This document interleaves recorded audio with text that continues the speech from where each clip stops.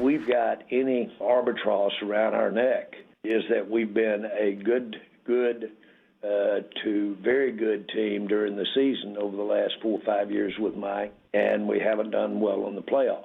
So let's trade some challenges during the season for doing well in the playoff, if you want to look at it that way. This doesn't call for a change in the system. It doesn't call for a change in the player as much as it does take what we've learned Sunday. But we can do this, and we can do it with the personnel that we've got out there right now. All right, S.A., starting with you here. Does Jerry have a point? No, he doesn't. I'm not trying to hear that. Listen, at the end of the day, the personnel that you have, we got to keep an eye on this Dallas situation. Micah Parsons, after this horrific loss to the Saints, came out and he said the effort wasn't there by all 11. It's not the first time he's questioned the effort of the Dallas Cowboys. And so now we have to look at it being a different problem. Did y'all know, Kimberly and Doggy, that since dating back to December, Dallas Cowboys, 4 losses.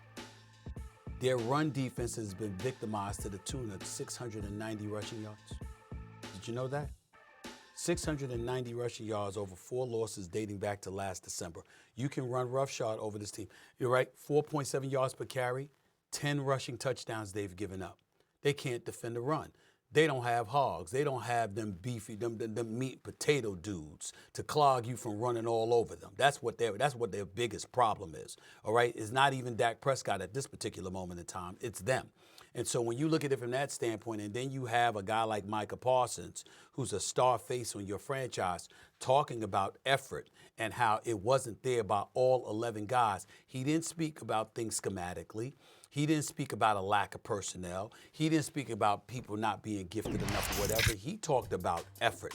And for that to be allowed shows you something is awry, something is wrong.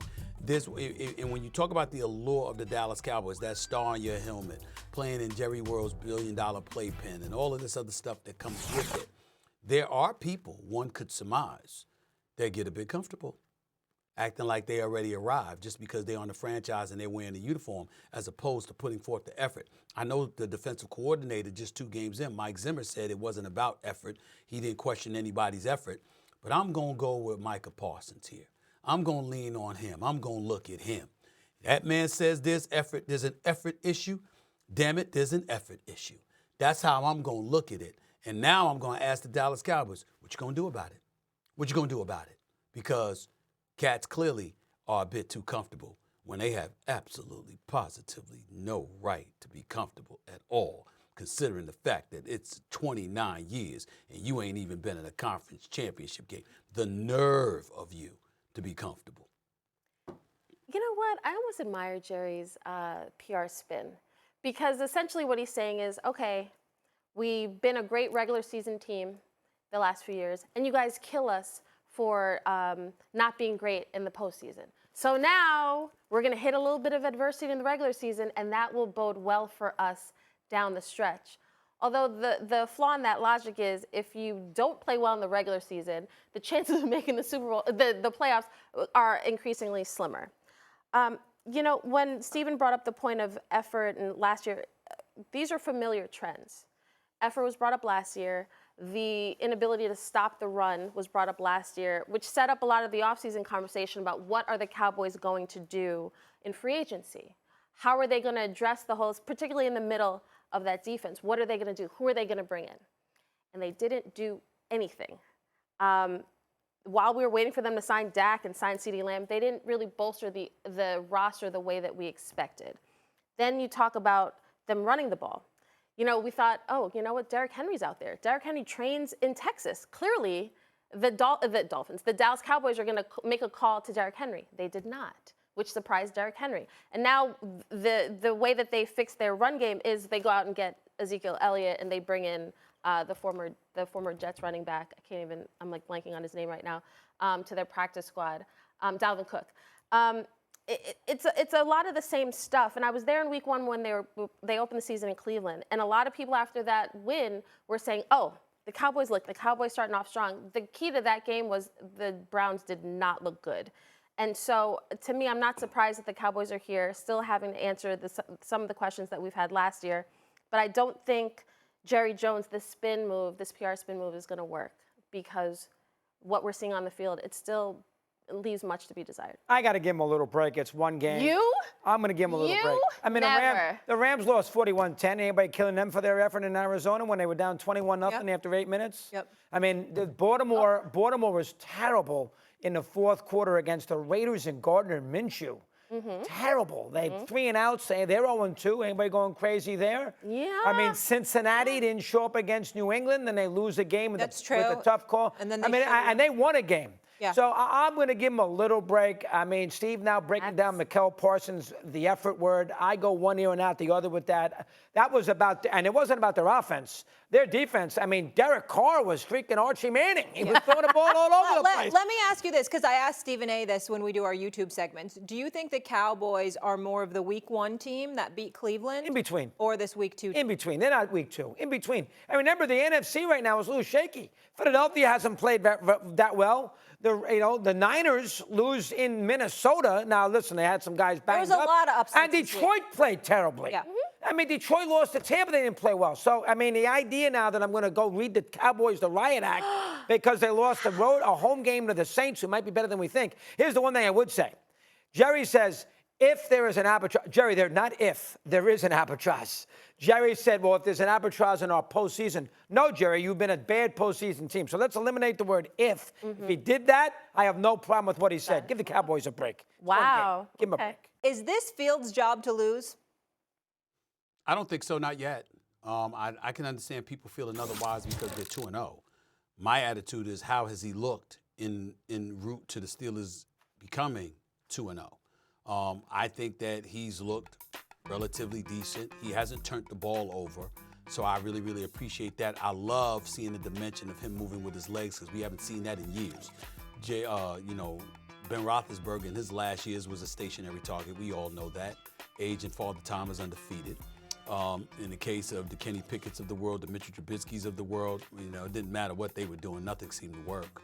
So watching Justin Fields move and run with the football definitely is a pleasant commodity that the Steelers have at their disposal at this particular moment in time. But they rank 29 in their offensive success rate at this particular moment in time. 6 field goals the first game, 1 touchdown the second game, stuff like that. This is not stuff to write home about. It's not the kind of thing where you look at a quarterback and you say to yourself, yo, there's absolutely positively no reason to even consider another quarterback if they're healthy enough to play. Certainly, Tomlin is right. No need to consider it because Russell Wilson's not an option at this particular moment in time. But once he becomes available, it's nothing wrong with seeing what he can give you because it's not like Justin Fields is giving you an abundance right now. Plus, Justin Fields is the future. So I don't see a problem with it. Yeah, bottom line is I don't buy the fact this is injury-related. That calf thing happened a couple weeks ago. He could play this week if he had to play. They're 2-0. He hasn't made a big mistake, Steve hit it, and he's not going to upset the apple cart. He knows, play good defense. Boswell make a couple of kicks. They beat Atlanta. That was rusty. Denver's terrible offensively. Denver can't score. Right. They're an awful offensive team. Chargers are not going to score a lot of points either. He is going to take it. Now, listen, if it gets to a point where they lose 2-3 games in a row and they're losing 21-10, he'll give Wilson a go. He is not playing Wilson. As long as they win and they're very competitive and the quarterback cannot be blamed and the offense can't be blamed, Wilson's a starting quarterback. This has nothing. Fields is a starting quarterback. This has nothing to do with injury. Wow. You want to hide behind injury, you hide behind it all you want. They're 2-0. As Stevie said, he hasn't made a horrific mistake. They're going to play defense. He's going to scramble a little bit. He'll throw for 150 yards, and maybe they'll score a touchdown and a couple of field goals and win 13-10. That's the Pittsburgh game plan right now. Yeah, I think that's a Pittsburgh game plan. But I'm with Steven on this. This is not, you don't anoint him the starting quarterback of the Steelers when you haven't seen Wilson operate the offense under Arthur Smith the same way you've allowed Justin Fields to operate it. And again, injury has forced this situation to be what it is. I ain't buying what Dog you're saying. I don't think I think it is injury related. And I think Mike Tomlin, if he was putting up 250 a game, a touchdown, maybe even interception, but Did he get better from week 1 to week 2? And I am a Justin Fields apologist. I thought he was as good or just under Trevor Lawrence. I'm on record. I think he will be a good quarterback. I think in Chicago, the offensive line didn't help him. But it's not. He hasn't progressed to the point where you say he's my starting quarterback the rest of the season. If Russell Wilson comes in and can give you 21 points or 24 points a game as opposed to 13, you're telling me you're taking it because you're not upsetting the apple cart? As well as Pittsburgh's defense has played the first 2 weeks, they found a very rusty and Achilles injured Kirk I agree. Cousins. They ain't played nobody. Yeah, they ain't played anybody. And you're not gonna win games week in and week out in the NFL scoring 13 points, kicking 6 field goals. At some point, I know they scored a touchdown last week, but at some point, if you see Russell Wilson being able to get you to that 24 number, that 28 number, which is kind of the line of demarcation in NFL for wins and losses, at some point you can't just ride TJ Watt in this defense. It doesn't happen. And I'm going to say this about Tomlin.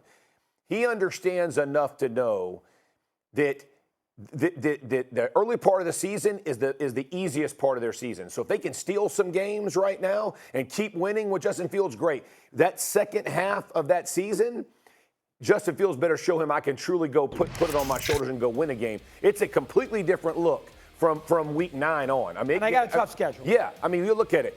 You go the Ravens, Browns, 11. Bengals, Browns, Eagles, Ravens, Chiefs, Bengals. Holy mackerel. It's a gauntlet. It's a gauntlet at the end, and you're going to have some QB that can win. And you got to give Russell Wilson the same chance you've given Fields under Arthur Smith, their offensive coordinator. That's my thoughts.